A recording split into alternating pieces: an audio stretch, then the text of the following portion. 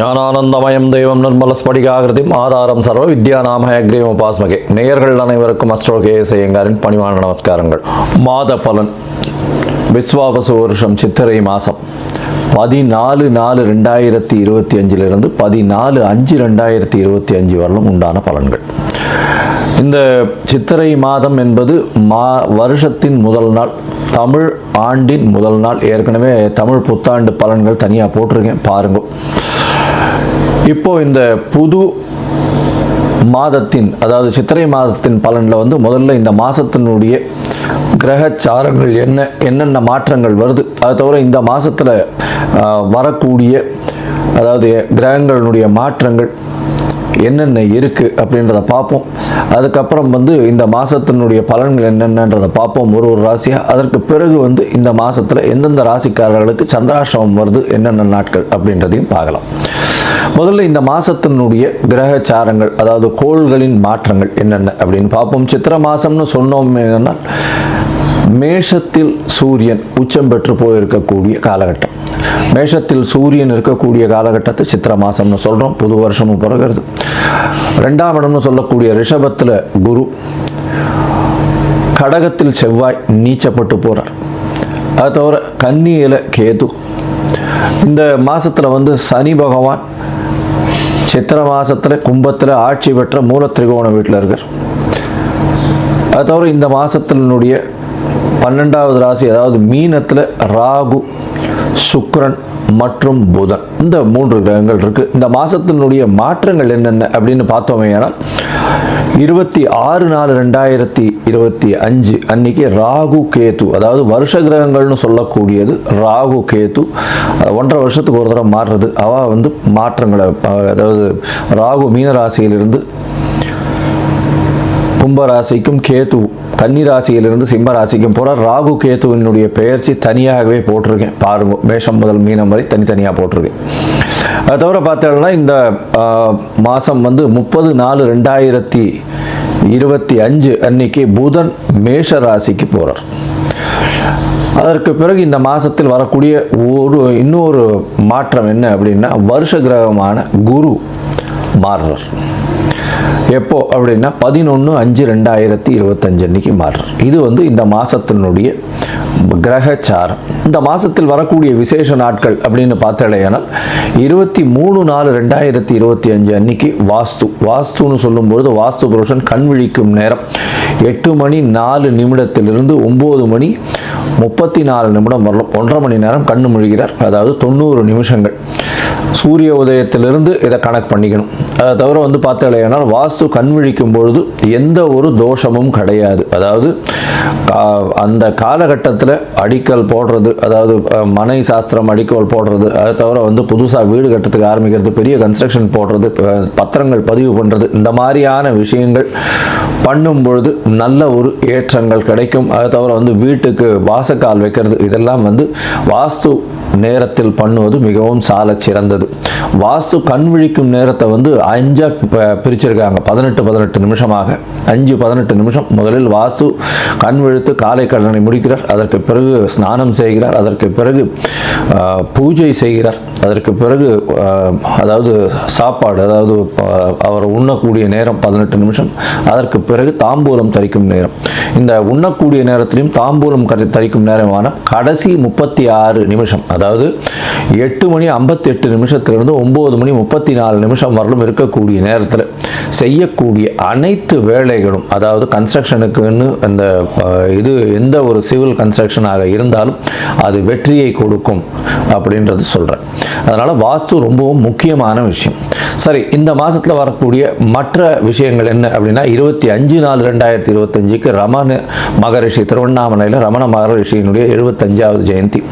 அதற்கு பிறகு 27ஆம் தேதி கள்ளழகர் ஆற்றுல இறங்குறார். 27/4/2025 அன்றைக்கி அமாவாசை வேறு.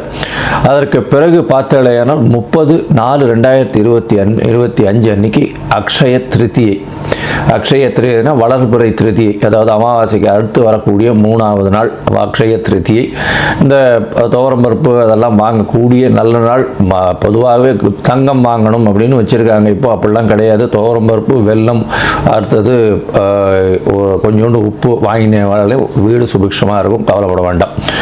அது தவிர பார்த்தோம்னா 4/5/2025 அன்னைக்கு அக்னி நட்சத்திரம் ஆரம்பிக்கிறது. அக்னி நட்சத்திரம்ன்றது உச்சகரமான வெயிலை குறிக்கக்கூடிய கிட்டத்தட்ட ஒரு 28-29 நாள் ஆரம்பிக்கிறது. இது வந்து வைகாசி மாதம் வரலும் தொடர்றதுனால ஆரம்பத்தை மட்டும் சொல்கிறோம். அதை தவிர பார்த்தேனால் இந்த அக்னி நட்சத்திரத்தின் போது பொதுவாக வீட்டினுடைய சுபகாரியங்களை எடுத்து பண்ணுறதில்லை. அதாவது கல்யாணம் எல்லா விஷயங்களும் சுபகாரியங்களை எடுத்து பண்ணுறது கிடையாது. அதனால் அக்னி நட்சத்திரத்தை தவிர்த்துருவா பொதுவாகவே. அது தவிர 12/5/2025 அன்னைக்கு சித்ரா பௌர்ணமி பெரிய விசேஷம். சித்ரா பௌர்ணமி அப்படின்னு சொல்லக்கூடியது மதுரை வைகை ஆற்றுல இறங்குறது பெரிய விசேஷமாக சொல்லக்கூடியது. கள்ளழகரும் இறங்குறாரு வைகையில், சித்ரா பௌர்ணமி அன்னைக்கு இறங்குறார். இந்த காலகட்டத்தில் பார்த்தலையானா இந்த சித்திரை மாதம் நல்ல ஒரு ஏற்றமான மாதமாக இருக்குது.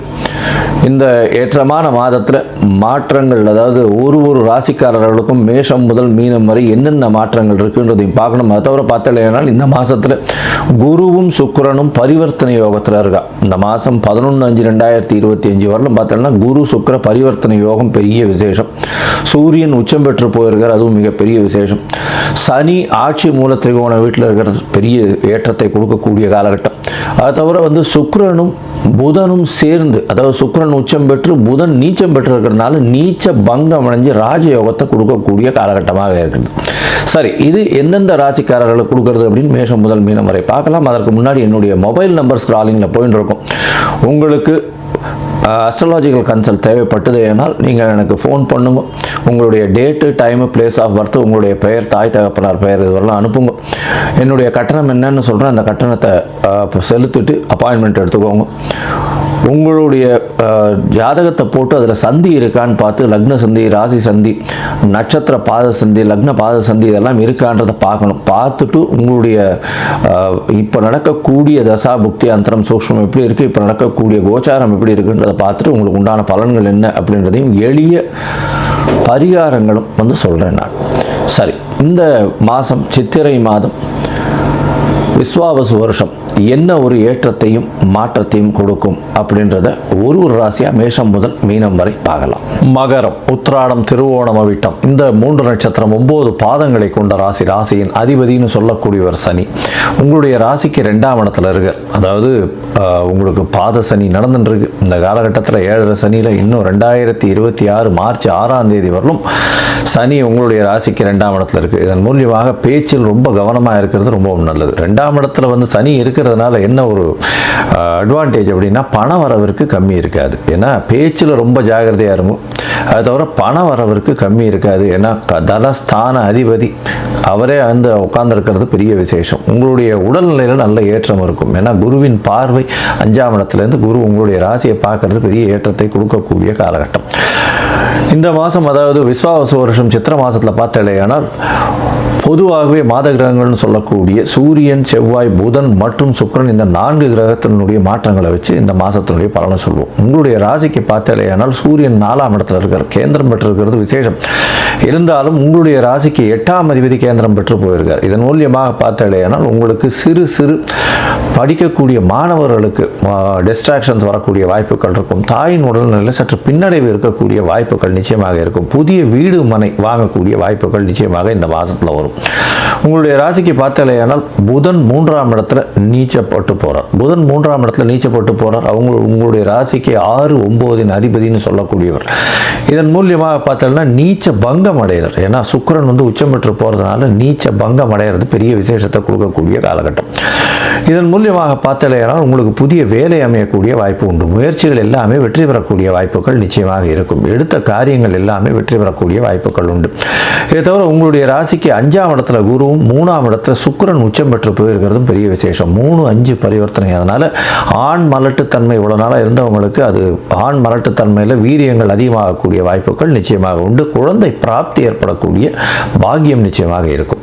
இந்த மாதத்தில் பார்த்தலையானால் உங்களுடைய ராசிக்கு 3ஆம் இடமும் 5ஆம் இடமும் பரிவர்த்தனை யோகம் அடைகிறதுனால உங்களுக்கு திடீர் புகழ், அந்தஸ்து, கௌரவம்லாம் வரக்கூடிய வாய்ப்புகள் நிச்சயமாக உண்டு. அதுவும் வந்து 3ஆம் அதிபதி ஆட்சி பெற்று போயிருக்கிறது மகர ராசிக்காரர்களுக்கு நல்ல ஒரு ஏற்றம்.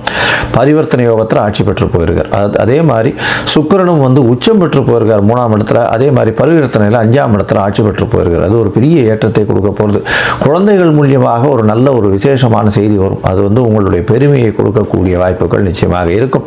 ராசிக்கு சம சப்தமத்தில், அதாவது செவ்வாய் நீச்சப்பட்டு போகிறார். இதன் மூலியமாக 4ஆம் அதிபதி 7ஆம் இடத்துல போய் நீச்சப்படுறதுனால கண்டிப்பாக பார்ட்னர்ஷிப் வியாபாரத்திலலாம் கொஞ்சம் ஜாகிரதையாக கண்ணும் கருத்துமாக இருக்கிறது நல்லது.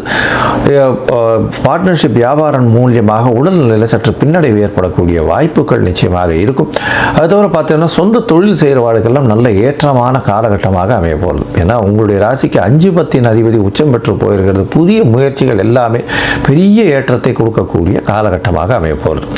இந்த காலகட்டத்தில் பார்த்தீங்கன்னா இந்த கருப்பு மண், அதை தவிர வந்து இரும்பு, ஸ்டீலு, அயர்ன் அண்ட் ஸ்டீலு, அதை தவிர வந்து என்ஜினியரிங், அதை தவிர சிமெண்ட், இந்த மாதிரியான வியாபாரங்கள் பண்ணுறவங்க, அதை தவிர பார்த்தீங்கன்னா துப்புரவு தொழிலாளர்கள், அதை தவிர கீழ்த்தட்டு வேலை செய்பவர்கள், மேனேஜர்ஸ், ஹெச்ஆராக இருக்கிறவங்க, இவங்களுக்கெல்லாம் நல்ல ஒரு ஏற்றம் கிடைக்கும். அரசு வக்கீல்கள், அதை தவிர வந்து ஜட்ஜஸ், இந்த மாதிரியான ப்ரொஃபஷனல் லா அண்ட் ஆர்டரில் இருக்கிறவங்களுக்கெல்லாம் நல்ல ஒரு ஏற்றம் இருக்கக்கூடிய காலகட்டமாக அமைய போகிறது. இந்த காலகட்டத்தில் பார்த்தோம்னா உங்களுடைய ராசிக்கு 2ஆம் இடத்துல சனியும் ராகுவும் வேற வந்துடுறார். ராகுவும் வர்றதுனால பேச்சில் உங்களுடைய வார்த்தைகளில் ரொம்ப ஜாகிரதையாக இருக்கணும். நீங்கள் பேச்சினாலே அடுத்தவங்கள ஈஸியாக ஏமாற்றி அவங்கள அப்சர்வ் பண்ணக்கூடிய வாய்ப்புகள் மிகவும் அதிகமாக இருக்கும். ரொம்ப ஜாகிரதையாக இருக்கிறது நல்லது. 8ஆம் இடத்துல கேத்து இருக்கிறதுனால உடல் நலத்தில் சற்று பின்னடைவு இருக்கக்கூடிய வாய்ப்புகள் நிச்சயமாக இருக்கும். உங்களுடைய தாயின் உடல்நலத்தில் சற்று பின்னடைவு இருக்கும். தந்தையின் உடல்நலத்தில் ஏற்றம் இருக்கக்கூடிய காலகட்டமாக அமைய போகிறது. மொத்தத்தில் பார்த்தீங்கன்னா இந்த மகர ராசிக்காரர்களுக்கு, அதாவது விஸ்வாவசு வருஷம் சித்திரை மாதத்தில் பார்த்தோம்னா உடல் நலத்தில் ஏற்றம், குரு பார்வை இருக்கிறதுனால குழந்தை பிராப்தி உண்டு. பரிவர்த்தனை யோகத்தினால குருவும் சுக்கிரனும் பரிவர்த்தனை, நல்ல ஒரு ஏற்றம். ஆண்களுக்கு வீரியங்கள் அதிகமாக இருக்கக்கூடிய காலகட்டம். பதவி, புகழ், அந்தஸ்து, கௌரவம்லாம் வரக்கூடிய வாய்ப்புகள் உண்டு. புதிய பதவி வந்து சேரும். எழுத்து, கவிஞர்கள், இவர்களுக்கெல்லாம் பெரிய ஏற்றம் கிடைக்கும். கலைத்துறையில் இருக்கிறவங்களுக்கு பெரிய ஏற்றம் கிடைக்கக்கூடிய காலகட்டமாக அமைய போகிறது. ராசிக்கு சமசப்தமத்தில் செவ்வாய் நீச்சப்பட்டு போகிறதுனால பார்ட்னர்ஷிப் தொழிலில் அதிகமான இன்வெஸ்ட்மெண்ட் வேண்டாம். பார்ட்னர்ஷிப் தொழில் மூலியமாக சிறு சிறு தொல்லைகள் வரும். உடல் நலத்தில் பாதிப்பை கொடுக்கக்கூடிய வாய்ப்புகள் நிச்சயமாக இருக்கும். உங்களுக்கு பார்த்தீங்கன்னா சொந்த தொழில் பெரிய ஏற்றத்தை கொடுக்கக்கூடிய காலகட்டமாக அமைய போகிறது. அது தவிர உங்களுடைய ராசிக்கு பார்த்தாலேனா குழந்தைகள் மூலியமாக பெரிய ஒரு சந்தோஷம் வரக்கூடிய காலகட்டமாக அமைய போகிறது. மொத்தத்தில் இந்த விஸ்வாவசு வருஷம் சித்திரை மாதம் நல்ல ஒரு ஏற்றமான காலமாக இருக்கும்.